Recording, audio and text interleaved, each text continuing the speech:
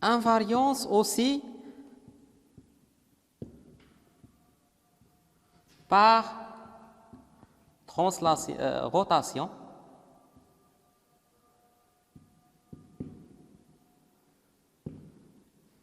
d'angle θ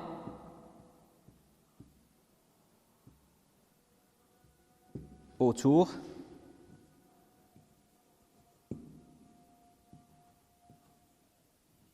l'axe OZ. Donc, si je prends un point M ici, point M, si j'ai fixé une rotation, pour n'importe quelle rotation, je trouve un point M' et la densité au point M est la même au point M'. Ça veut dire qu'on a invariance par rotation. Autour de l'axe OZ, la rotation autour de l'axe OZ, c'est la rotation d'angle θ.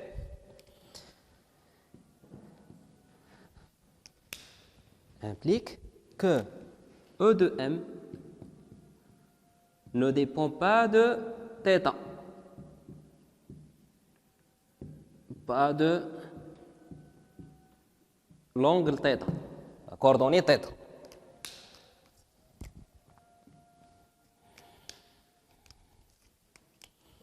Donc, ne dépend pas de θ. Finalement, ce qui reste, que E de M égale, c'est tout simplement E de petit r. Donc, le module du champ électrostatique ne dépend que de la coordonnée R.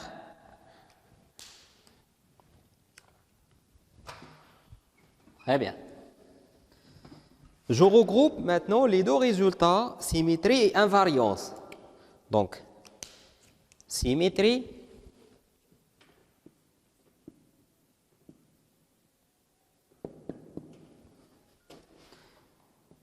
et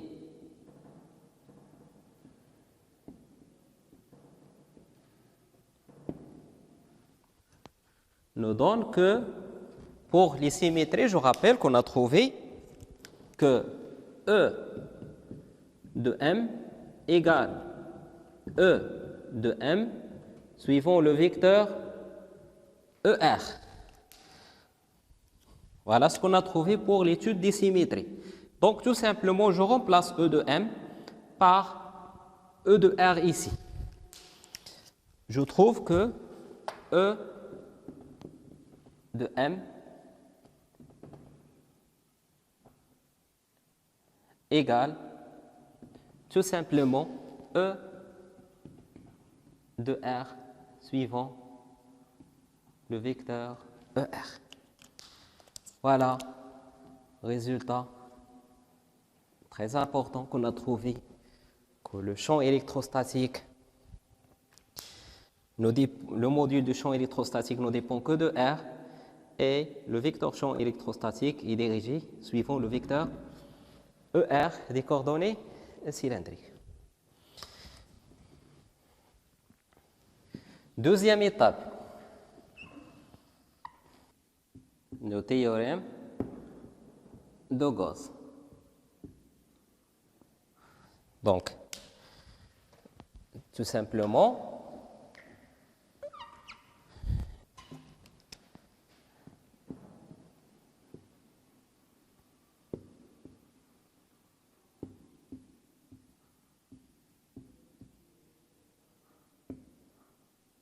théorème de Gauss, le flux du champ électrostatique à travers une surface fermée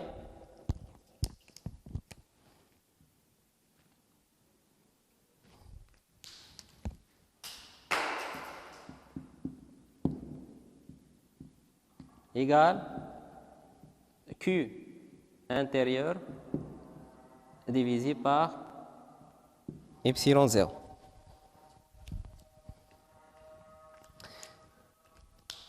Donc maintenant, ça c'est étape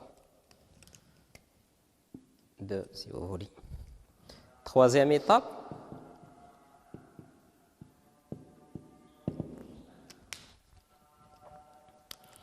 Donc, le choix de la surface de Gauss. Donc, pour choisir la surface de Gauss, on a vu que la surface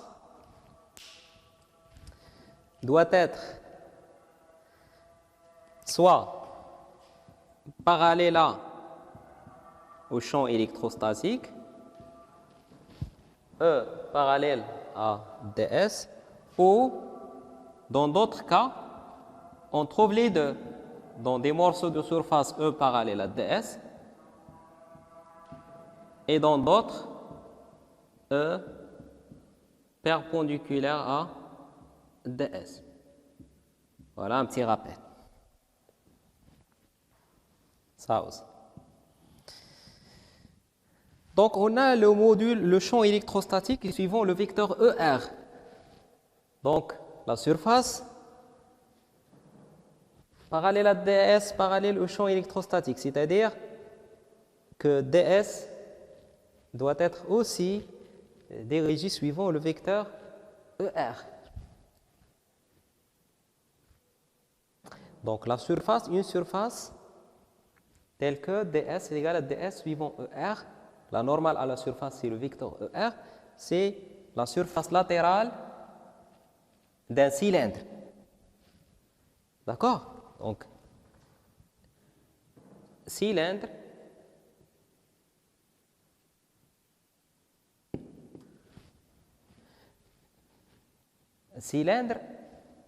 la surface de Gauss doit passer par le point M. Cylindre d'axe OZ de rayon doit passer par le point M de rayon R, puisque R égale à OM. D'accord? Passe. On ajoute aussi passons par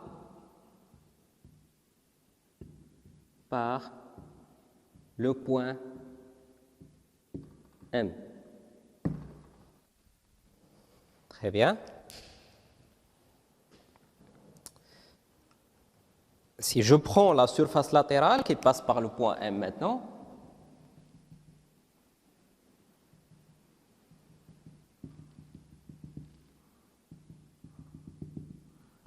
comme surface de Gauss, pardon, voilà le point M, c'est ici.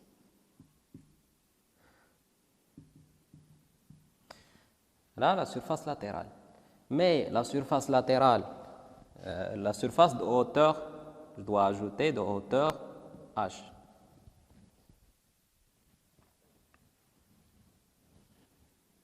Ici, je peux ajouter et de hauteur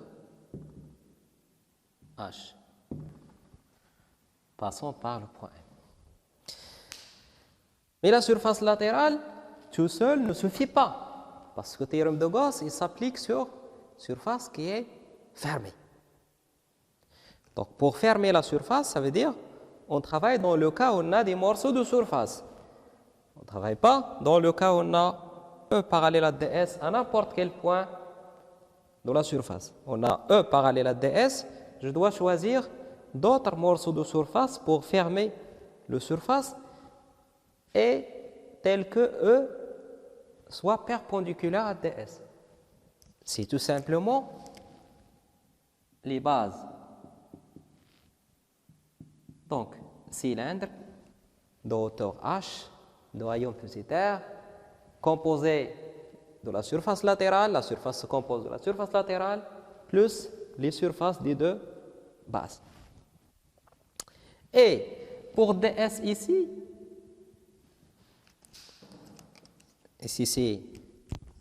si vous voulez, c'est ds1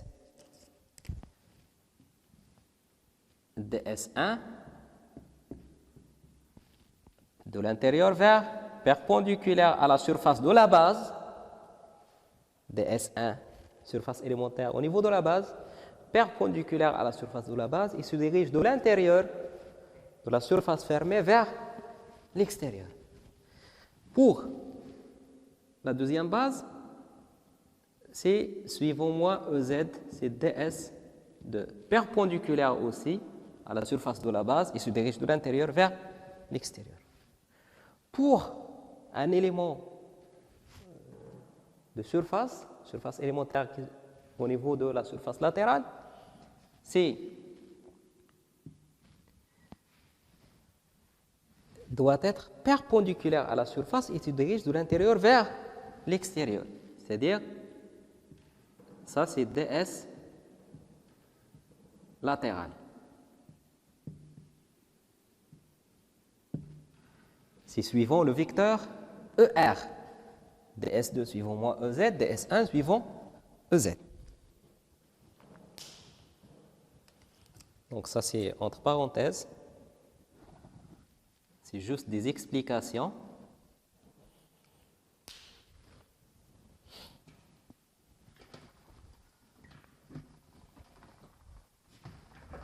Donc on a choisi maintenant la surface de Gauss. Il faut passer à l'autre étape. Si vous voulez, étape 4, c'est calcul de phi de E, le flux du champ électrostatique à travers la surface de Gauss.